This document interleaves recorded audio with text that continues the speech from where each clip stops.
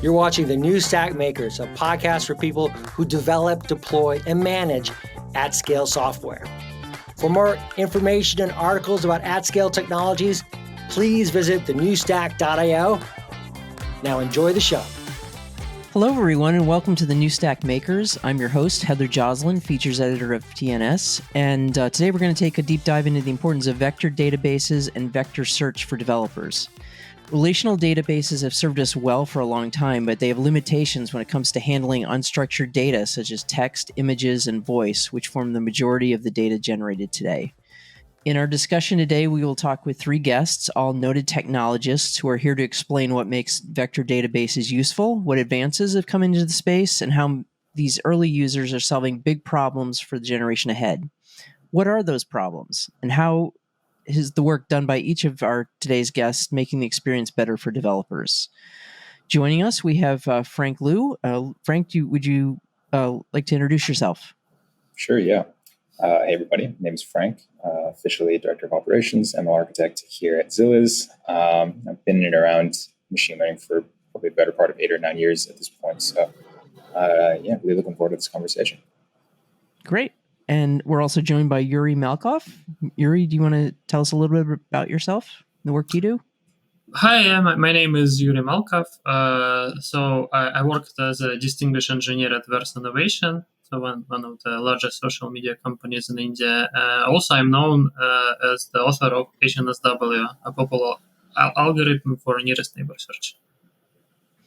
Great, and welcome. And also, we're joined by Nils Ramus. Nils, you want to tell us a little bit about what you do? Great, yeah. So my background is a bit different, while Frank and Yuri mostly focus on vector databases, how to store these vectors efficiently. I have been focusing for the past 6 years, like how to create these vectors and make them meaningful. So really bring meaning to this. And this is also what currently do at Cohere. So we're focusing a lot on enterprise use cases. How can you take your data, bring it to a vector space so that the vector space has a meaning for your application and use case? And partnering with vector databases like Milvus to store these sometimes like billions, tens of billions of vectors in like a really efficient format. So let's jump in. First question goes to Frank, although each of you should feel free to jump in after he answers. What are these complex data types developers are encountering, and what makes a vector database effective in dealing with them?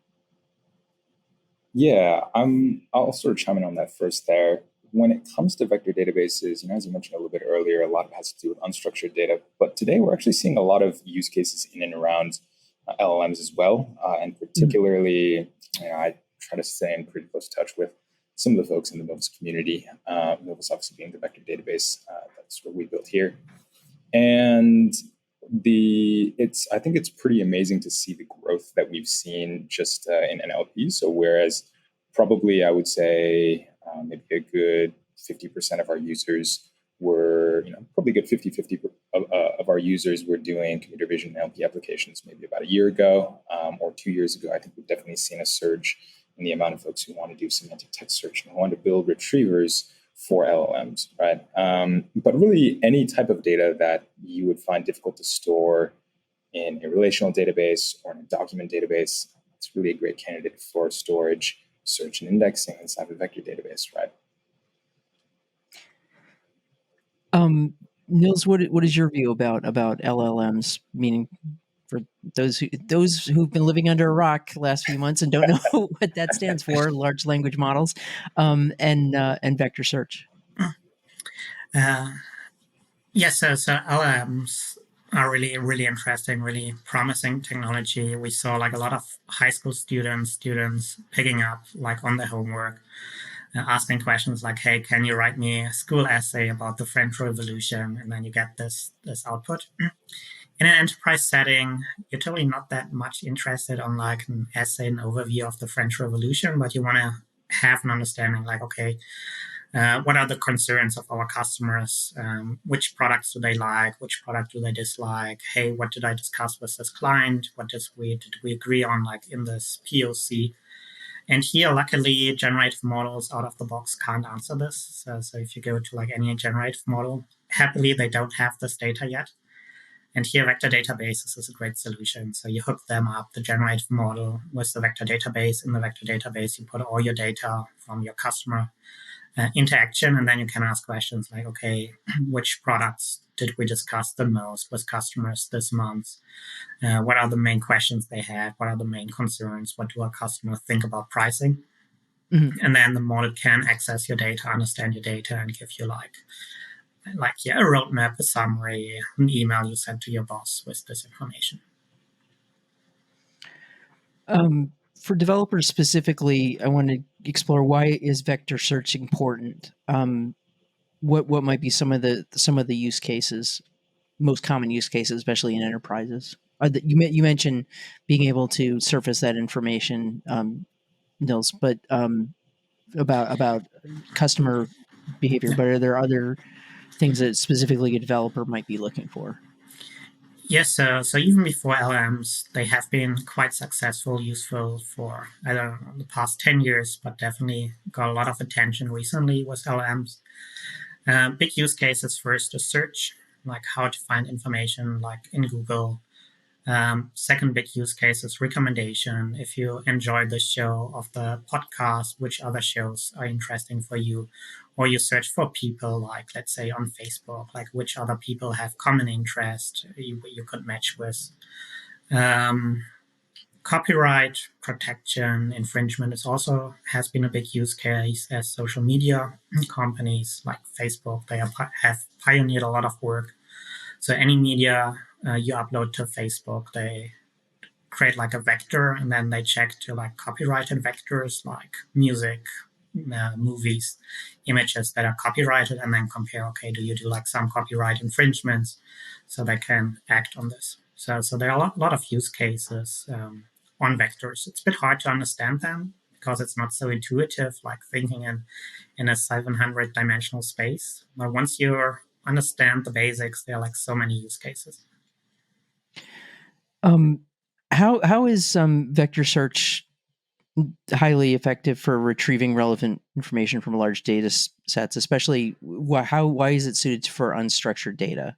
Can someone walk me through why it's an improvement over relational databases?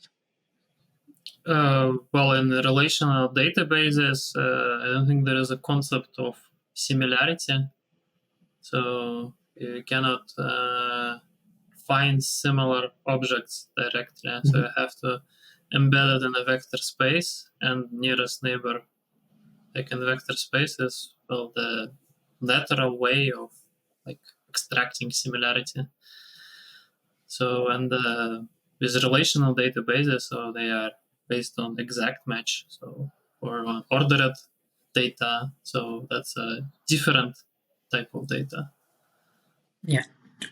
A challenge with these exact match and search, you often don't have exact match. So we all know keyword search, we all know it's really painful. If you ask a simple question, what's the capital of the United States, and you go to Wikipedia, and they run like some traditional database in the background, top one document retrieve is capital punishment in the United States because it contains the word United States and capital quite often. But the article about Washington, D.C. is not retrieved because, Washington, D.C. and capital of the United States in an exact match, there's like no exact match. Like on like character to character basis, it's different. But by the vectors, we know capital of the United States. This refers to Washington, D.C. Hence, we can find the information about Washington, D.C., even such that the user doesn't know this. And this is like really critical in search. So in search, often we don't know it. So we ask the question, what's the capital of the United States? Because we don't know the answer. And so we can't type in the right keyword. You mentioned the nearest neighbor. Can you explain what is meant by the approximate nearest neighbor?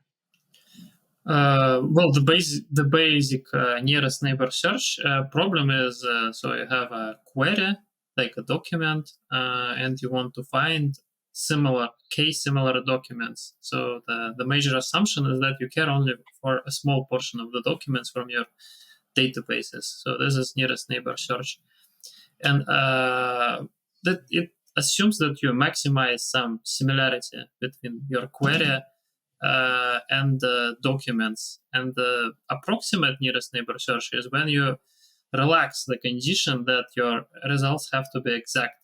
And by relaxing this condition, you allow to skip some of the computations and thus have higher efficiency at like minimal loss of the needed metric. So it's a trade-off between accuracy and speed. So that's why it is approximate. And usually, like in practice, most of the exact nearest neighbor search algorithms, they don't perform well. What do developers need to understand in order to be effective at vector search? What are some of the skills that they should have? Maybe we go back to Frank for this. Sure, yeah. When it comes to being effective at vector search, I think the first thing to understand is the scale and the requirements of your application. So, oftentimes, we have folks who ask, hey, what is the right? There's a lot of different solutions out there, open source solutions, a lot of different local libraries. What is the right solution for me to be able to deploy and develop my application in top vector search, right? And I think the answer really depends very much on what you're trying to go for. And oftentimes I say, hey, look, if all you want to do is do vector search, you want to do it locally, you don't have a very, very large data set, something like Facebook AI Similarity Search, FAISS, for folks who aren't familiar with that, is a great option. You probably don't want to move to something distributed or something that you can stand up as a standalone service, or in cluster mode, something like Novus, right? And the second thing that I would encourage folks to really understand is, go and read or listen to other podcasts as well. There's a lot of great ones from the New Stack, of course. But go read and go listen to some of the other content about, it talks about some of these indexing strategies, like Yuri's HNSW, for example, right? And that will really help you understand, I think, what information is captured inside of these vectors, what information is captured inside of these latent spaces, but also equally as important, why vector search is hard, right? And, what are some of the parameters that you have to tune? What are the different things that you have to tweak to be able to get the best performance that you want, to be able to get whatever is really, really optimal for your application? So I know I sort of talked about a couple of different things there, but really, if we're going to boil it down, the first is, hey, just understand what your application requirements are, and dive a little bit into some of these different indexing strategies, understand a little bit about vector search and about vector databases as well. So HNSW, the one that the vector search algorithm that Yuri co-created. Do you want to? Can you tell us a little bit about that, Yuri? Yeah, sure. The HNSW algorithm is a graph-based algorithm for nearest neighbor search. It's an evolution of the graph algorithms, and it has some good features, like it's incremental, it supports deletions and updates, so it works with any distant space. So doesn't have to be vectors. It can be like any object with distance similarity, and it can scale with logarithmic complexity. So if the data is low enough dimensionality, so it is a simple and I think pretty flexible algorithm that people use. Yeah, and I just want to say one thing as well, and it's awesome to have Yuri on this podcast with us, is that HNSW is probably, at least from the Novus side of things, and I imagine it's the same for other vector databases as well, HNSW is probably the most commonly used indexing strategy for vectors today. I think maybe some of the other alternatives would be product quantization, or there are a lot of disk-based ones as well, disk ANN, span. But I think sort of by and large, HNSW remains the most popular. So just wanted to add that little tidbit right there. Yeah, and we'll link to some more information about HNSW in the article that goes with this podcast.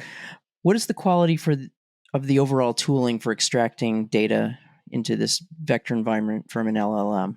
I'm actually going to say that a lot of vectorization if you are familiar with ML, or if you're familiar with how models work, not necessarily not necessarily very deep, but at a very high level, I think you have a good understanding of what the best vectorization strategies are for you. So, a lot of, again, gonna plug something that Nils really co-created as well.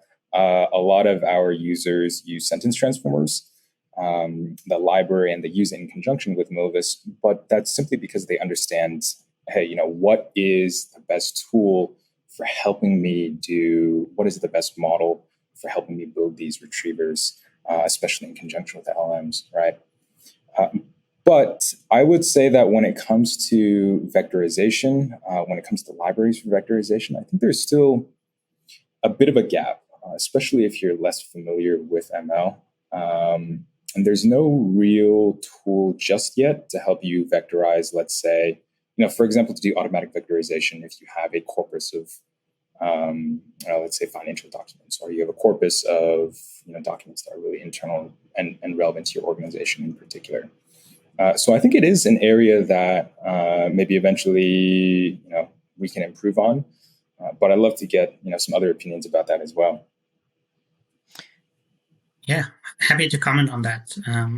So challenge is totally, there's not like the one perfect vectorization. So it can't be, even if we spend like billions of dollars, we can't create like one embedding model that's perfect for all, because the task itself, it's not consistent, changing for users, changing on applications and tasks. So in the vector space, we encode what do we consider in the world as similar, what do we consider as dissimilar. And you can have something like, I don't know, this movie, the new whatever movie was great. Another feedback was like, this movie was terrible. If you do clustering and you want to see, okay, what do your users think about your movies, you want to have these like as really dissimilar. You say, okay, if someone writes like, this is great, this is terrible, it's like really dissimilar. However, in search, if you search like a review for iPhone, you don't want to be biased towards like one sentiment. So you want to retrieve people say, hey, the new iPhone is great, and other people like saying this new iPhone is terrible. So in this search setting, you want to have like these 2 points really close, even such they mean the different thing, because your application is different. Your application is search, but if your application is clustering, it's different. And so it's like, again, with e-commerce, we see a lot of use cases. Like what products are considered as similar? Is it products you often buy together? Is it like replacement products? Like, I don't know, one belt and you can replace it with another black leather belt.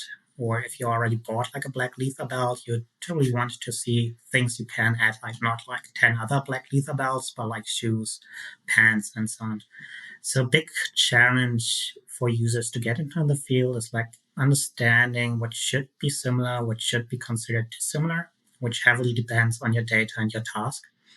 And then the big challenge is like, how do you get this? So in e-commerce, how do you get what's similar? So you understand like, okay, what are replacement products? What are additional products, upsell products? And how do you get this data and can encode it in the vector space? And so that's a big challenge. Another big challenge is understanding which data can you vectorize. So vectors, they run into quite quickly into challenges. So let's say financial data, you have like big Excel sheets with revenue numbers from different companies. Would be like really terrible to vectorize this as a big one Excel sheet. So because you have like multiple fields have different meanings, where you have like revenue for company ABC, profit for company ABC, and then the question, okay, you have another Excel sheet with, I don't know, revenues for other companies and, I don't know, number of employees for these companies. Like what's the similarity here? Is it similar because both report revenue? Is it similar because both report on same companies? Is it different because they report on like different fields, profit versus employees?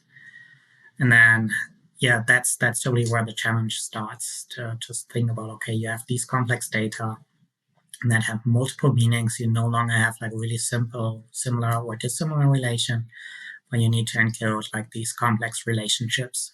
And that's a big focus I've been working on in the past and also in career, like educating people in the field, what works, what doesn't work, how can you do this, how do you get training data, and how to adapt really these models to your use case so that you can then efficiently and nicely serve them with a vector database using the HNSW algorithm.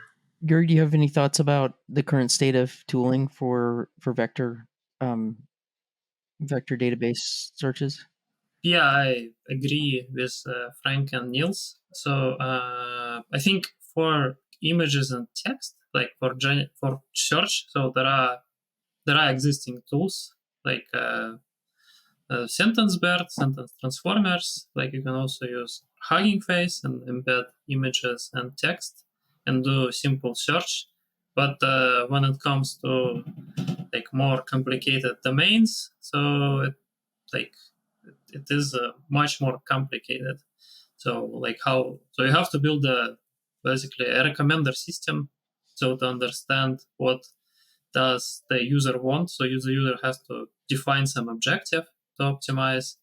So that makes it a bit messy, and I'm not aware of the solutions like general. So there are startups that try to automate the recommender systems. So like one of them that I know is Kumu AI. So then you can plug their tables, and they try to build a graph neural networks on top of it in a more generalized fashion. But so it has, I think, its own limitations. So it's offline. I think there is a gap in tooling there. So if there was a really good solution that would you can just plug into a new recommender system, somebody would define an objective, that will change the industry a lot. Yeah, right now people have to hire engineers and a lot of engineers to do that stuff. Yeah, I mean, the tooling is not the challenge, the objective, I would say. So Spotify gave like really cool, interesting insights on this, on recommender systems. So they don't try to optimize for like the next click, like where do you click on, because then you often go into like these clickbaits. I don't know. Mm-hmm. You can't believe what happened next, which people click on, but they are not really satisfied for the long run. So Spotify, they try to predict like long-term user satisfaction in terms of music. How does your music taste develop over the time, like over the next 2 years and so on? And how can you do like exploration of music you might like based on profiles? And really these objectives is like really hard. So predicting the next click, that's easy, but that's like really, I don't know, people are not interested in this because then you get these clickbaits. But how do you model user satisfaction and like really understanding user satisfaction? You need like extremely deep understanding on your company, your market, your product, because it's really different. Is it like Spotify and you listen to music, or is it like podcasts or some educational platform or e-commerce? In e-commerce, is it like, I don't know, professional tooling versus fashion? And here really understanding user satisfaction. So what's user satisfaction for a teenage girl that's 15 years old? This is like really different than user satisfaction of a professional musician. Yeah, I agree with that. Though I would note that that's the problem of rich companies that already have the infra to do other stuff. So if you're a small company and even if you want to predict clicks and do that properly, so you have to hire ML engineers. I don't see another option to do so. And then I agree that objective is very important, very hard to. Yeah, I just want to add one last little tidbit there. And on the topic of recommendation, I think there's sort of like a bit of, I'm not going to say full blown confusion, but really when it comes to vector search and when it comes to vector databases, I think it's just one of the items that's in your tool belt, right? Vector databases in particular, we're not here to try to replace RDBMS. We're not here to try to replace document databases and provide column stores. But it's just meant to be one of the other tools and one of the other items that you can use to really help build up that application, to build, let's say, something that's targeted towards user satisfaction rather than the next click. Right? One last question for each of you. What role do you think machine learning powered vector search will play in the future? So today I actually think there's a lot of space for machine learning to be in these vector search algorithms specifically. And Yuri, I'd love to get your take on here, but I think vector search today, it's very much disjoint from the actual models. So there's a lot of, for example, you'll train a model, have a very specific objective, have a very specific loss function. For a lot of these, for a lot of BERT-like models, it's just trained on trying to understand, it's pre-trained on trying to understand context in and around every token. But this isn't necessarily, while I think it ends up giving you a very, very powerful representation, it might not necessarily be the most optimal, embedding space or latent space for vector search in particular, right? And I know, Nils, we chatted about this a little bit before as well, but having something or having some way to be able to tie vector search directly in with these ML models, I think is something that I would like to see a bit more research in. I don't quite have any particular ideas of how we might be able to do that, but just my 2 cents there.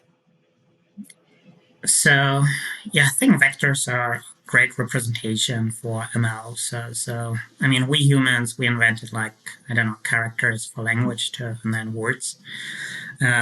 We also have pixels for computer vision, but pixels and characters, it's a terrible representation for computers to work with because it has absolutely no meaning which characters we assign. We see it across languages. So if you go from English to Chinese, it looks completely different, all the settings. So it's arbitrary setup from humans. And vectors is kind of a universal language for computers. So it's really good for them to understand. And going forward, I think we see more and more of these AI, ML systems that want to reason about your data, finding trends, want to give insights, say, hey, we see, customer satisfactions, customer complain about ABC. Helping you to learn to educate.